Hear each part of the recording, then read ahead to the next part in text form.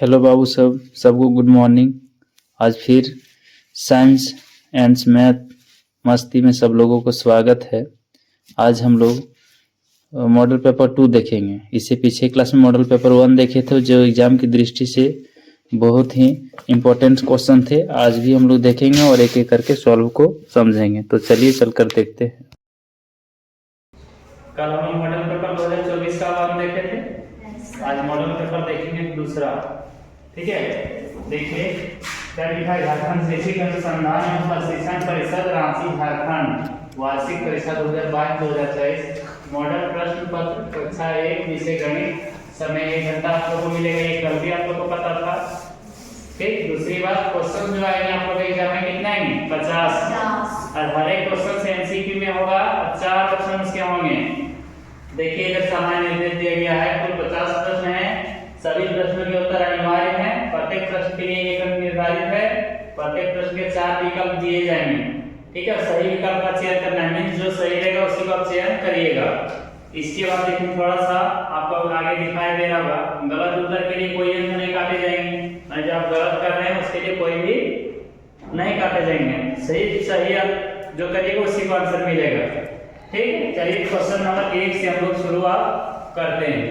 यहाँ से जो एग्जाम में आएगा उस क्वेश्चन नंबर 1 को हम लोग बनाएंगे कैसे, उसको हम लोग देखते हैं। चलिए मॉडल बनाएंगे। ये आगे यहाँ पर इसको हम यहाँ कर लेते हैं। चलिए स्टार्ट करेंगे। आप लोग थोड़ा सा अच्छा से देखिए। तो सबसे छोटी पूर्ण संख्या कौन है? पूर्ण संख्या उसको बोलते हैं जो 0 से शुरू होगा। तो सबसे छोटा क्या है? 0 है। तो टिक किस पर करेंगे हम लोग? 0 पर, मतलब ऑप्शन 2 होगा। दूसरा क्वेश्चन में पूछा है 5 का व्युत्क्रम क्या होगा? कल हम आप लोगों को बताए थे कि व्युत्क्रम मींस होता है उल्टा। तो यदि 5 है, इसके नीचे कुछ नहीं, मींस क्या होगा? 1। अब इसको उलट दो, फिर ऊपर माथा नीचे, मींस ये नीचे हो जाएगा और ये वाला ऊपर हो जाएगा। ऊपर वाला हम लोग क्या बोलते हैं? अंश। और नीचे वाले क्या बोलते हैं? हर। इंग्लिश में बोलेंगे डिनोमिनेटर एंड न्यूमरेटर। तो जब भी व्युत्क्रम बोलेगा तो डिनोमिनेटर को हम लोग क्या करेंगे? ऊपर, मतलब हर को ऊपर और अंश को नीचे। समझ में आ रहा होगा? इसका आंसर देख लीजिए। 1/5 कहां पर लिखा हुआ है? 4 में। ऑप्शन टिक लगेंगे 4 पर। फिर लिखेगा 19 का वर्ग क्या होगा? तो 19 का वर्ग हम आप लोगों को बहुत आसान टिक बताए थे कि 1 से 100 तक किसी को भी यदि आप लोगों को वर्ग निकालने के लिए दिया जाए तो कैसे निकालेंगे?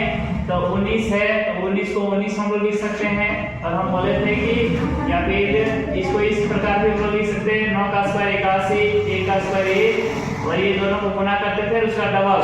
तो 9 को 1 से गुणा करेगा 9 और उसका डबल हो जाएगा 18। और दोनों का आप जोड़ दीजिए, 1 8 8 16, 1 1 2 और 1 3। तो 361 देखिए किसमें? 2 नंबर को हम लोग 2 को टिक लगा देंगे। फिर लिखा है 900 का वर्गमूल ज्ञात करिए। तो हम लोग ऑप्शन को देखेंगे, बनाएंगे नहीं। तो सबसे पहले 9 आप लोग जानते होंगे, तो 3 का स्क्वायर 9 होता है ना, और 2 को 0 है तो हम लोग 1 को 0 बैठा देंगे, तो 1 को 0 हो जाएगा। इसका तो 30 का हो गया। Option number 1। 11 का घन कितना होगा? तो घन पूछा आप लोगों से 11 का। तो 11 का घन आप लोगों को पता है? किसी को नहीं पता है? तो इसको भी वो ऑप्शन के आधार पर देखेंगे। देखिए कितना आसान तरीका से देखते हैं। उसके लिए आप लोगों को 1 से 10 तक घन याद रखना पड़ेगा, और आप लोगों को बताए थे कि कैसे याद रखते हैं।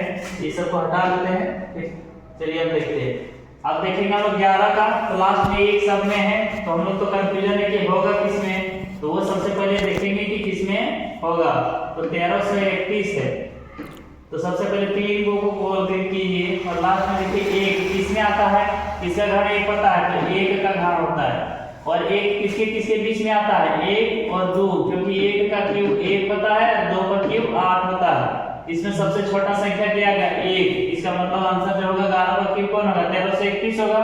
तो 1331 आप आता था, इसको क्यों नहीं आप लिए? तो हम लोग इसको भी देख सकते हैं। 12 यहाँ देखिए 3 डिजिट को गोल करेंगे, 1 किसमें आता है?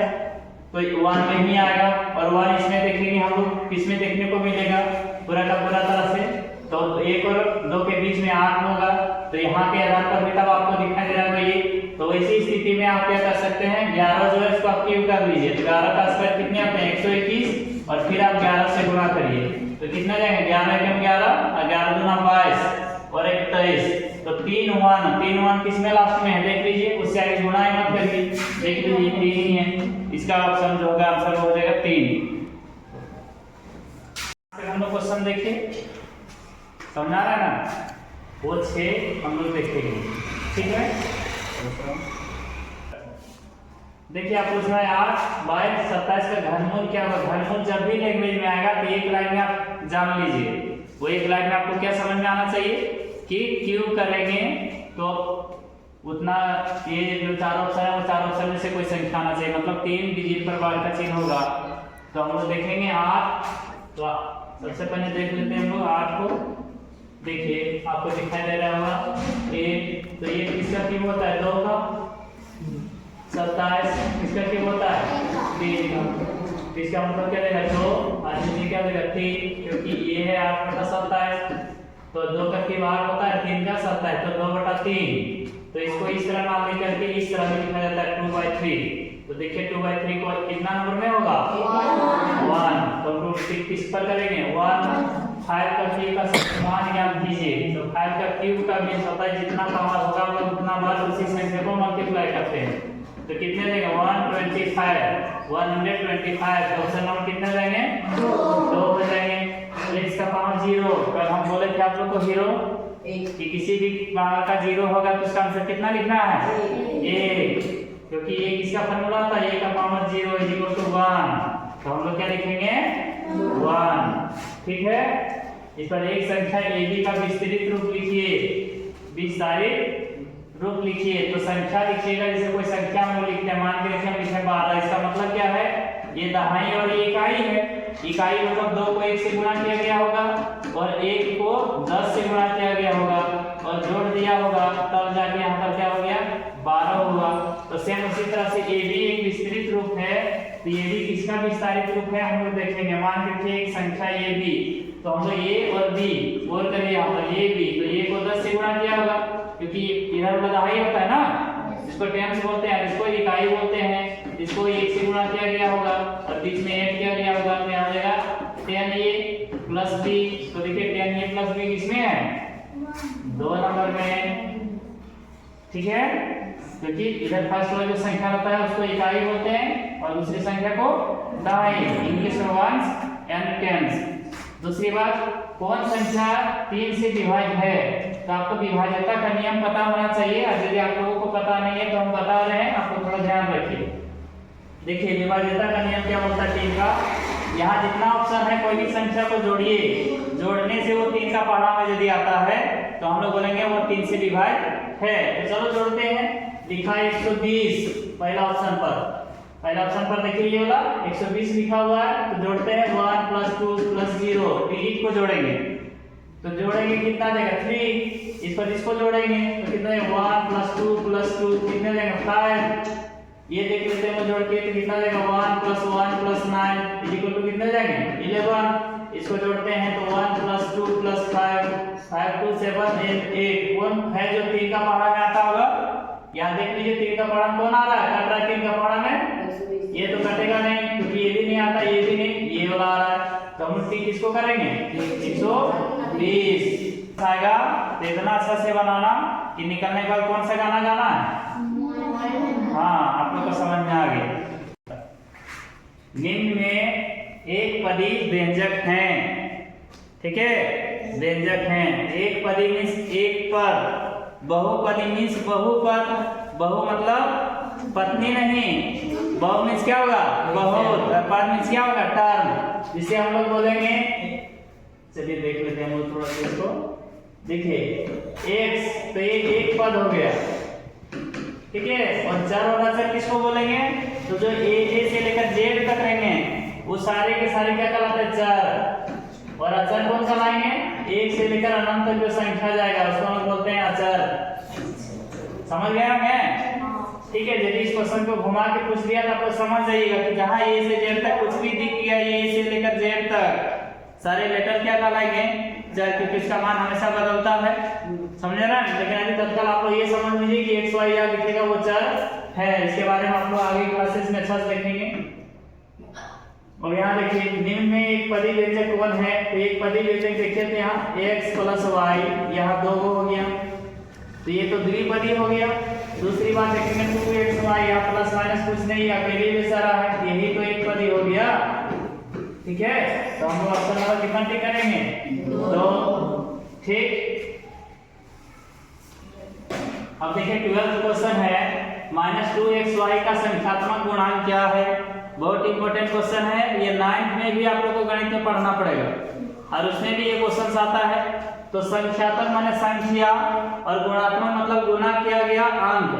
ठीक है, तो देखिए सबसे पहले पूछा हम लोग को -2xy मींस xy के आगे कौन सा संख्या है, तो क्या है 2 है कि -2 है कि xy की 2x -2, तो हम लोग ऑप्शन टिक लगाएंगे ये वाला। कभी क्वेश्चन जान के घुमा देता है कि xy का गुणात्मक संख्या बताइए क्या होगा संख्यात्मक गुना, तो यहाँ कुछ नहीं है मतलब 1 है, याद रखिएगा। तो हम लोग 1 पर वहां टिक लगा देंगे, समझ में आ रहा होगा। चलिए आगे क्वेश्चन हम लोग देखेंगे। नेक्स्ट क्वेश्चन 13 का है ना। देखिए क्या है, a square minus 2ab plus b square का गुणनखंड क्या होगा। जब भी गुणनखंड वाला क्वेश्चन पूछेगा तो आप लोग हमेशा याद रखिएगा कि चार ऑप्शन को हम लोग देखेंगे। तो a square minus 2ab plus b square का आप लोग फार्मूला ही जानते होंगे, ये किसका होता है, a माइनस b का होल स्क्वायर, और जब 2 बार स्क्वायर इसका मतलब क्या है 2 बार गुणा किए होंगे, है ना। अब देख लीजिए ये वाला ऑप्शन कहाँ है, 2 नंबर पर, तो ठीक लगा देंगे 2 नंबर पर। दूसरा क्वेश्चन x स्क्वायर माइनस 9 का गुणनखंड क्या होगा, तो ऑप्शन से भी आप देख सकते हैं। इसको आप गुणा करिए तो कितना आ जाएगा -9 और x स्क्वायर ये आ सकता है।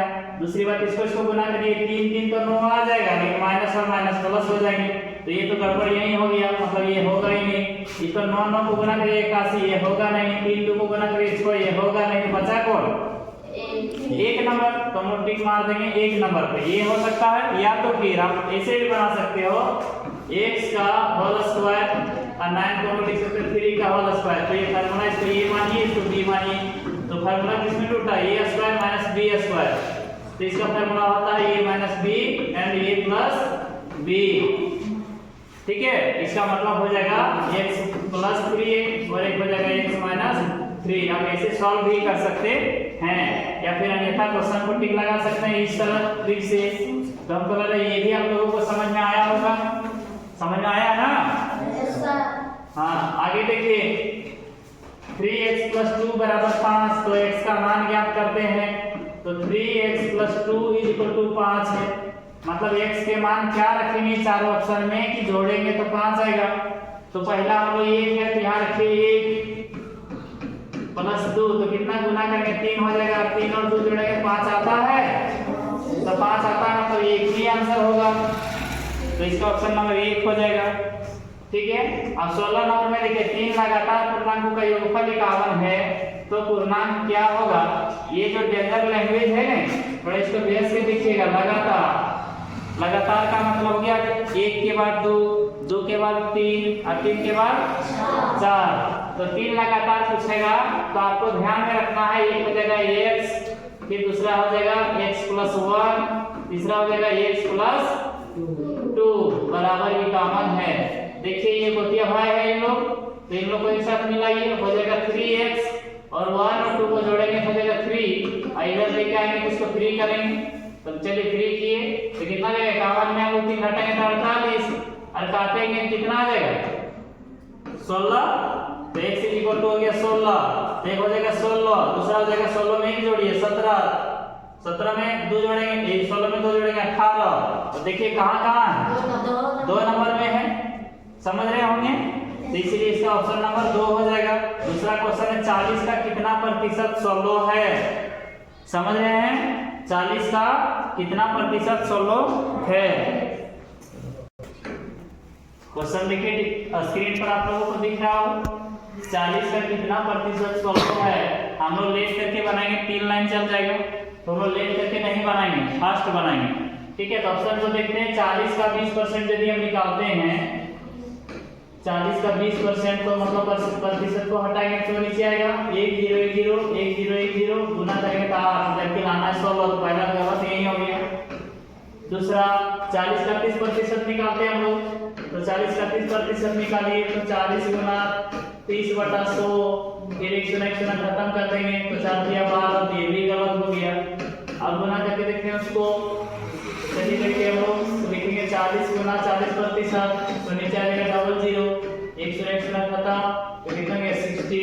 यही तो लाना था, इसका मतलब हो गया ऑप्शन डी सही हो जाएगा। ठीक है, क्वेश्चन है 50 आमों के समूह को 50 आमों के समूह में 60% आम बिल्कुल पके हैं।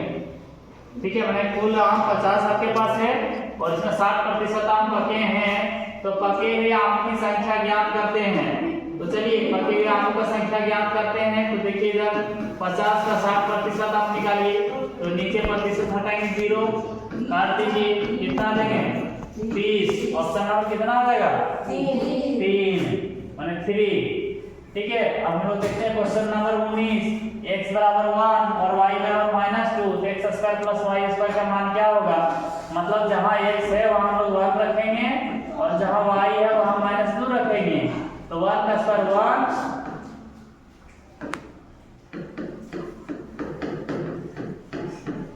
1 एंड माइनस का स्क्वायर जब करेगा प्लस हो जाता है, 2 का स्क्वायर 4 = 5। तो ऑप्शन कितने हो जाएंगे 3, है ना। और 7 का घन का इकाई है क्या होगा? थोड़ा सा ध्यान रखिएगा, 7 का घन बोला है तो आप लोग को पता होगा 1 से 10 तक सिखाए थे। तो 7 का घन कितना होता है 343, और 343 में इकाई है क्या आ रहा है 3, तो हम लोग 3 लगा देंगे 3। ठीक है, फिर पूछ रहा है एक घड़ी का अंकित मूल्य 2000 है, इस पर 10% बता दिया जाता है, तो विक्रय मूल्य क्या होगा?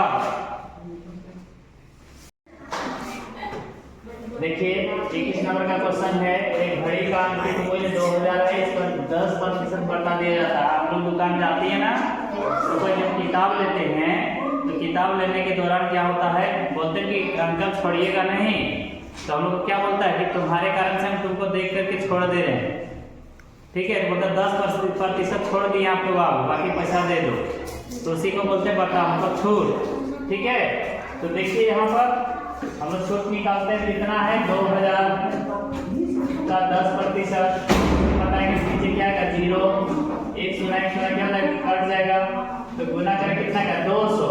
तो 200 जो रुपया है वो दुकानदार को नहीं देना है, मैंने दाम है किताब का 2000, लेकिन 2000 में 200 उसको नहीं देना है। 2000 में 200 नहीं देंगे तो उसको कितना देंगे 2200, कितना 200, तो ऑप्शन कितना देगा 4। ठीक है, फिर आगे चलते हैं हम लोग। तो देखिए 75 पैसा का 2 रुपये से अनुपात ज्ञात करिए। बहुत बढ़िया क्वेश्चन है, रेलवे में जाइएगा, पॉलिटेक्निक में जाइएगा, GNM करिएगा, तो ये सब क्वेश्चन पूछता है, आप लोगों को ध्यान रहे। तो देखिए 75 पैसा बोला है ना, और यहाँ देखिए 2 रुपया बोला है, ये अगर गोतिया है नहीं है, क्योंकि यहाँ पैसा पूछा है, हमको तो रुपया यहाँ दिया हुआ है, गोतिया कैसे हो गया, उसको गोतिया में लाना पड़ेगा। तो रुपया को किसमें कन्वर्ट कर देंगे हम लोग, रुपया को किसमें कन्वर्ट करेंगे पैसा में। तो चलिए पैसा को 2 रुपया है, 1 रुपया में कितना होता है 150 पैसा होता है नहीं, 1 रुपया में 100 पैसा, तो 2 रुपया में कितना देंगे 2 रुपया में 200 पैसा, तो 100 से गुणा करेंगे तो 75, इसको काट दीजिए, यहाँ 25 दिया 75 और 25 चौका 100, कटेंगे नहीं कटेंगे, तो ये 3 हो जाएंगे, इधर हो जाएगा 8, तो 3 अनुपात 8 कहाँ है हाँ ठीक 1 नंबर। इसके बाद हम लोग 2 परिमेय संख्याओं के बीच कितनी परिमेय संख्या है, कल का क्वेश्चन है। कभी भी 2 परिमेय संख्या यदि है नहीं दिया है 2 संख्या और आपको परिमेय संख्या पूछता है तो हमेशा अनंत पर टिक लगाइएगा। कल का मॉडल सेट में हम लोग देखे थे। ठीक है, निम्न में कोई पाइथागोरस त्रिक है, तो पाइथागोरस त्रिक देखिए क्या होता है, m² + 1 m² - 1 2m। तो यहाँ पहला ऑप्शन है 1, तो यदि हम 1 को रखते हैं यहाँ पर तो हो जाएगा 2।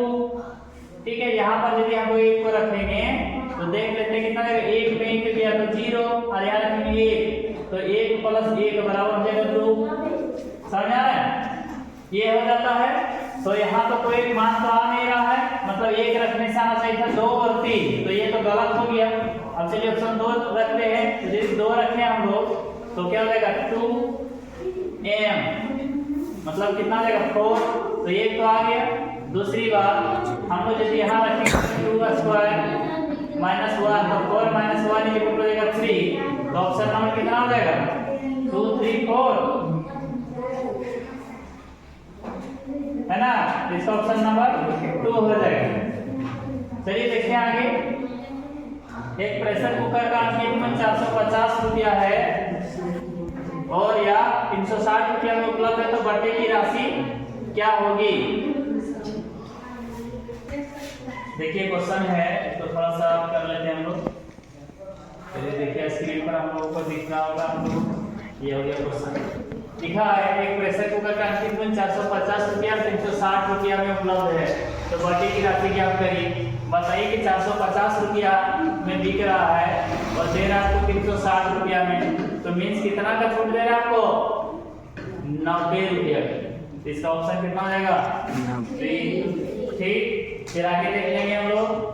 यदि 16 पेंसिल का मूल्य 64 रुपया है तो 144 रुपये में कितने पेंसिल खरीदे जाएंगे? इसको दो तरीके से बना सकते हैं। एक अपना 8वां क्लास का फॉर्मूला लगा के अनुकर्मानुपाती वाला, और दूसरा एक कर्मानुपाती वाला फॉर्मूला हम लगा सकते हैं। तो देखिए पहला तो ये लिख सकते हैं आप कि 64 रुपया में 16 कलम, सॉरी कलम नहीं है पेंसिल है, तो हम लोग लिखेंगे 64 रुपया में 16 पेंसिल, तो 1 रुपया में कितना होगा तो 16/64। इसके बाद हम लोग देखेंगे 144 में कितना होगा 144 रुपये में कितने होंगे, तो 16/64 इंटू 144, तो 16 से हम लोग कटिंग करते हैं तो 16 4 से 64 होता है ना, और यहाँ से 4 से काटिए और 4 3 या 12 एंड 2 उधर जाएगा तो कितना जाएंगे 4 के 12 और 2 उधर गए 4 से 24 36 पेंसिल। तो इसका आंसर क्या रहेगा 36 पेंसिल। इस तरह से निकाल सकते हैं। दूसरा देखते हैं हम लोग 45 व्यक्ति किसी काम को 13 दिन में करते हैं, उसी काम को 39 व्यक्ति एक दिन में समाप्त करता है। चलिए ये भी क्वेश्चन को देख लेंगे और क्वेश्चन को आगे की ओर बढ़ा लेते हैं, फिर बनाते हैं किस ऑप्शन में दिख रहा है।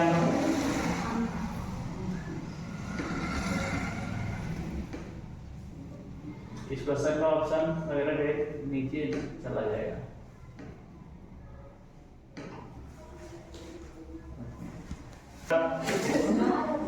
देखिए इस तरह का जब भी क्वेश्चन रहेगा कि एक बढ़ेगा दूसरा घटेगा, जैसे आप लोग समझ लीजिए रे 10 इंसान मिल करके एक काम को 5 दिन में करता है, अब हम 20 दिन बढ़ा दिए तो इसका मतलब मजदूरी क्या हो जाएगा, मजदूरों को घटाना पड़ेगा।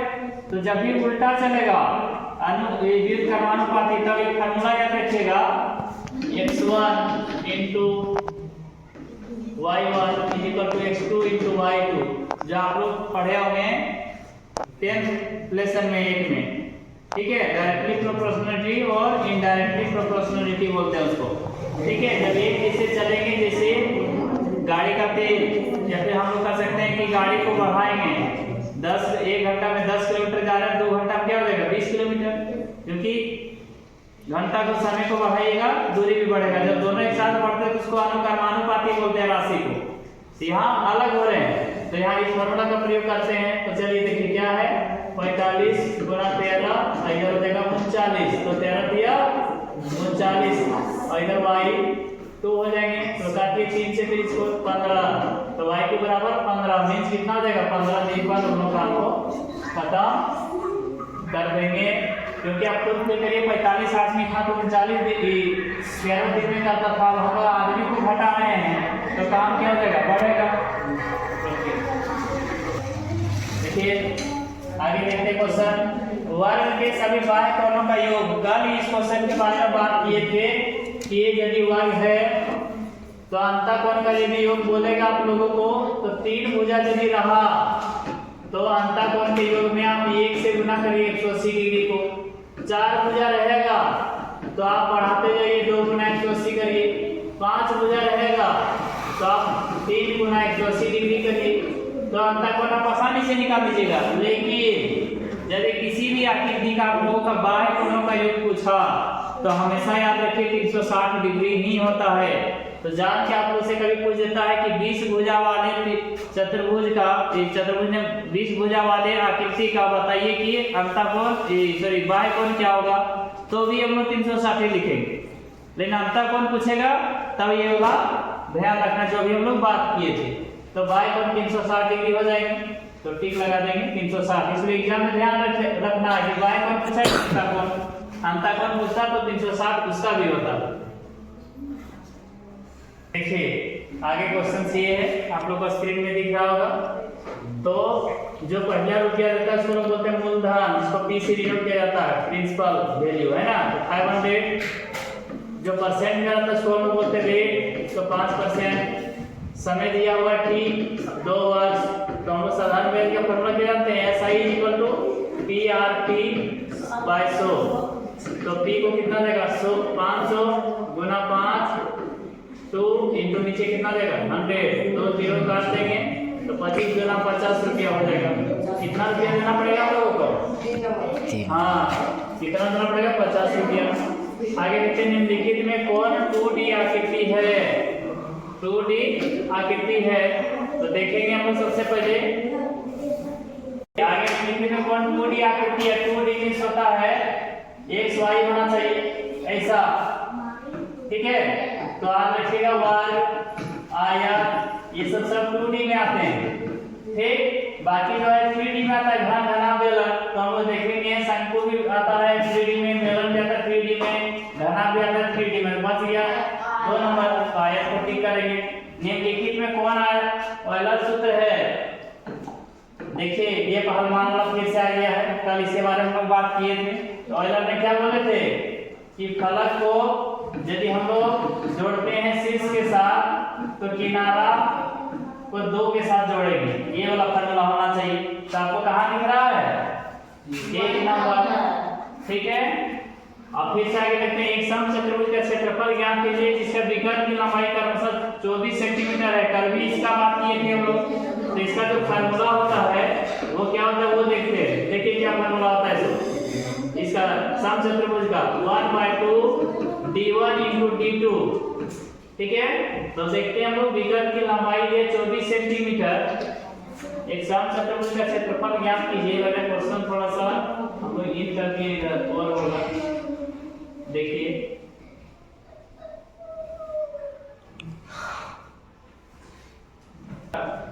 देखिए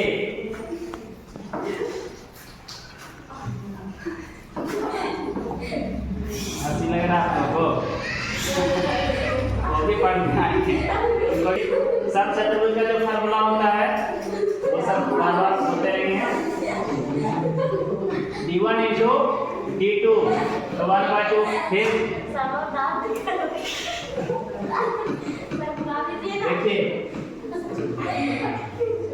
देखिए ये वाला फार्मूला होता है। तो d1 में होता है पहला विकर्ण, तो पहला विकर्ण लिखिए तो आप यहाँ दिया है। दूसरा विकर्ण होता है, देखिए यहाँ दिया है, हम लोग लिख लेंगे और कटिंग करेंगे। ये हो जाएगा 12, और 12 को जब 10 से गुना करेंगे तो 120 सेंटीमीटर स्क्वायर हो जाएगा। देखिए क्वेश्चन आपके सामने और हो जाएंगे। चलिए आगे हम लोग लेके चलते हैं क्वेश्चन को।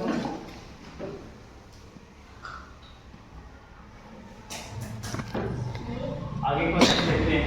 यदि किसी समलंब चतुर्भुज की समांतर भुजाएं 6 सेंटीमीटर 8 सेंटीमीटर और ऊंचाई 5 सेंटीमीटर है तो समलंब चतुर्भुज का क्षेत्रफल क्या होगा।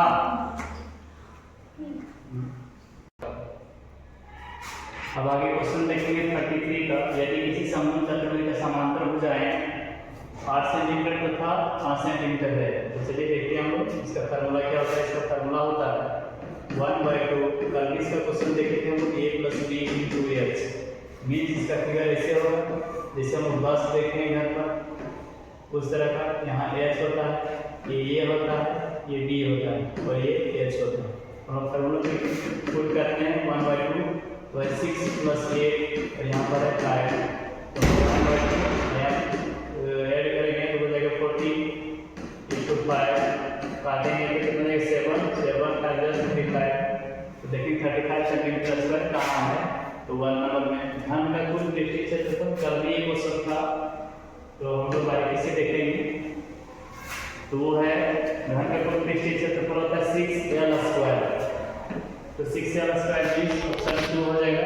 नीचे देखेंगे एक बेलन का त्रिज्या means r is equal to 14 centimetre है, ऊंचाई 10 सेंटीमीटर है, तो बेलन का वक्र पृष्ठीय क्षेत्रफल, तो बेलन का वक्र पृष्ठीय क्षेत्रफल 2 पाई rs होता है। 2 पाई rs का आयतन था, आज वक्र पृष्ठीय क्षेत्रफल, तो 2 पाई का मान होता है 22/7 और r का मान है 14 और h का मान है 10।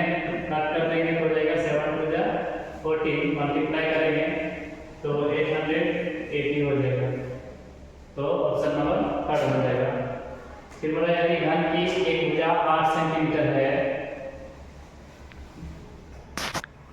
तो बोला कि एक घन की एक भुजा 8 सेंटीमीटर है, तो घन का आयतन ज्ञात कीजिए। 36वां क्वेश्चन देखेंगे, इसको थोड़ा स्क्रीन को ऊपर की ओर ले जाते हैं, आप लोगों को और अच्छा दिखाई देगा।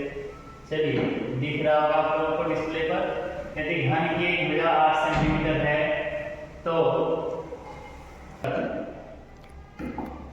क्वेश्चन है यदि घन की भुजा 8 सेंटीमीटर है तो घन का आयतन ज्ञात कीजिए। घन का आयतन जो होता है वो होता है a क्यूब, और r का जो क्यूब होता है वो होता है 512 सेंटीमीटर स्क्वायर।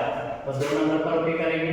यदि बेलन की त्रिज्या ऊंचाई का 7 सेंटीमीटर और 10 सेंटीमीटर है, तो बेलन का आयतन ज्ञात कीजिए। इसका आयतन जो होता है वो होता है पाई r स्क्वायर h। पाई का मान 22/7 आप लोग जानते होंगे, r का मान 7 है, 10 का मान h का मान 10 है, तो 7 से खत्म 220 हो जाएगा। r का स्क्वायर है ना, चलिए इसको r का स्क्वायर हम ज्ञात कर लेते हैं, तो होता है पाई r स्क्वायर h 22/7, तो 7 × 7 हो जाएगा, क्योंकि r स्क्वायर होता है तो 10 सेंटीमीटर, 7 खत्म और यहाँ जगह 154 × 10 मींस 1540 सेंटीमीटर स्क्वायर। तो चलिए देखिए कहाँ है वो, क्वेश्चन नंबर 1 कर रहे हैं। दूसरी बात अब उन्होंने क्वेश्चन देखेंगे, वो क्वेश्चन है घनाभ का आयतन ज्ञात कीजिए यदि घनाभ की लंबाई चौड़ाई दिया हो। तो आयतन हम जानते हैं l गुना b गुना h होता है घनाभ का आयतन, तो 6 गुना 3 गुना 2 हो जाएगा, 6 × 18 गुना 36 मीटर क्यूब, क्योंकि क्यूब में आयतन होते हैं इसलिए आयतन लिखे। घर के कोई कितने किनारे होते हैं, बहुत बढ़िया क्वेश्चन है, उसको भी देखेंगे। तो देखिए हम लोग फिगर के साथ इसको समझते हैं।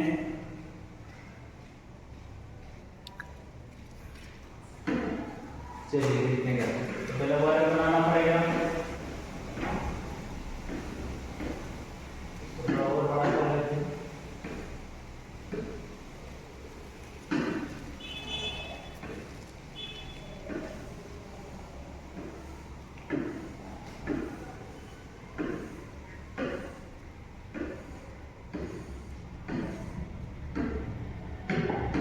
आप लोग देख पा रहे हैं ये जो लाइन आपको दिख रहा है वो होता है किनारा। 1 2 3 4 5 6 7 8 9 10 11 एंड 12। इसका मतलब इसका आंसर जो हो जाएगा वो हो जाएगा 12, ऑप्शन नंबर 3। बोला कि 4 का मिलान चिन्ह ज्ञात कीजिए, तो हम लोग मिलान चिन्ह ज्ञात करते हैं। तो 4 ये हो जाएगा जो इस तरह का दिया हुआ है, 1 2 3 4, ऑप्शन हो जाएगा इसका 1। वर्ग मतलब 30 40 का वर्ग चिन्ह ज्ञात कीजिए। तो वर्ग चिन्ह ज्ञात करने के लिए लोग वर्ग चिन्ह का फॉर्मूला पता होना चाहिए। तो चलिए वर्ग चिन्ह का फॉर्मूला क्या होता है, कुल सीमा प्लस मीन सीमा बाई 2 होता है। तो हो जाएगा कितना, वो सीमा है हम लोगों का 40 प्लस 30/2, तो 70/2 काटेंगे तो हो जाएगा 35। इसका हो जाएगा ऑप्शन नंबर 4। वर्ग मतलब 20 20 की माप क्या होगी, तो वर्ग माप जब भी पूछेगा सबसे छोटा लिखिए, इन दोनों में छोटा कौन है 20, तो ऑप्शन नंबर 2 हो जाएगा।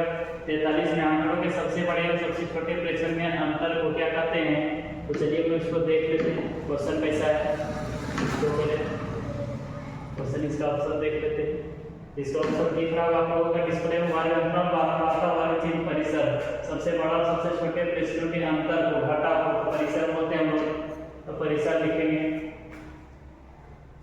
ठीक है।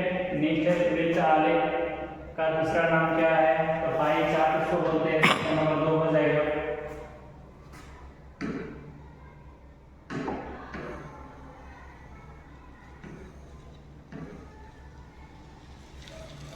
आप लोग को डिस्प्ले में दिख रहा होगा 45 का। 2 सिक्कों को एक साथ उछालने पर हमें कुल कितना परिणाम प्राप्त होंगे? तो 2 सिक्कों को एक बार, तो सिक्कों में 2 पहलू होते हैं, इसको 2 बार उछालते हैं 2 सिक्के को एक साथ, तो कितना देगा? 2 गुना 2 = 4। 2 सिक्कों को जब एक सिक्का को उछालने लगेगा तो 2 और 2 सिक्के को उछालने लगेगा तो 4 परिणाम होंगे। 46 में जब एक पासे को फेंका जाता है तो उसके सतह पर एक सम संख्या आने की प्रायिकता होगी। जब लोग फेंकेंगे तो आप लोग को पता होगा लोग जब फेंकते संख्या का 1 2 3 4 5 6 सम संख्या कौन-कौन हो जाएंगे? तो सम हो जाएगा 2 4 6, टोटल संख्या कितना गया? 3 और टोटल संख्या 6 हो गए। काटेंगे कितने का? 1/2। तो ऑप्शन नंबर इसका हो जाएगा 3 नंबर। फिर क्वेश्चन है, एक थैले में 4 नीली 2 हरी 5 काली पहुंच चलते हैं, कुल गियर कितने जाएंगे? तो देख लेते हैं। 4 नीली मतलब 4B प्लस 2 हरा मतलब 2G प्लस 5 हरा मतलब 5B, जोड़िए 5 4 9 9 और 2 11 गेंद हो गए। थैले के अंदर बिना देखे गेंद निकाली जाती है, इसकी क्या प्रायिकता है कि निकाली गई गेंद जो होगी वो पीली होगी। तो पीला गेंद कितना है? तो देख लीजिए पीला है ही नहीं, इसका आंसर क्या रहेगा? 0/11। फाइनल आंसर रहेगा 0। तो ऑप्शन नंबर 1 हो जाएगा। मूल बिंदु का निर्देशांक कितने होते हैं? तो 0 0 होते हैं। बिंदु -3, -4 किस चतुर्थांश में होगा? तो देखते हैं हम लोग चतुर्थांश के बारे में थोड़ा सा। कल भी इस क्वेश्चन के बारे में चर्चा किए थे और ये बहुत इंपॉर्टेंट क्वेश्चन है क्योंकि आपको 9th में भी पढ़िएगा। तो चलिए देखते हैं हम लोग चतुर्थांश में ये x y लाइन होते हैं, एक dash delta y dash delta y। ये इसमें प्लस प्लस होते हैं, इसमें माइनस प्लस होते हैं, इसमें माइनस माइनस होते हैं और इसमें प्लस माइनस होते हैं।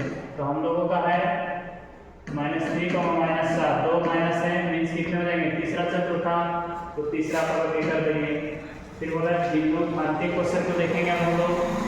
बिंदु a × -5 में कोटि का मान क्या होगा? तो आपको तो ये भी पता होना चाहिए कि इसको x बोलते हैं, इसको y बोलते हैं। तो x को भूल बोलते हैं और y को कोटि बोलते हैं। तो हम लोगों का जो क्वेश्चन है वो ये वाला है, तो इसको हम बोलते हैं भूल और इसको बोलेंगे हम लोग कोटि।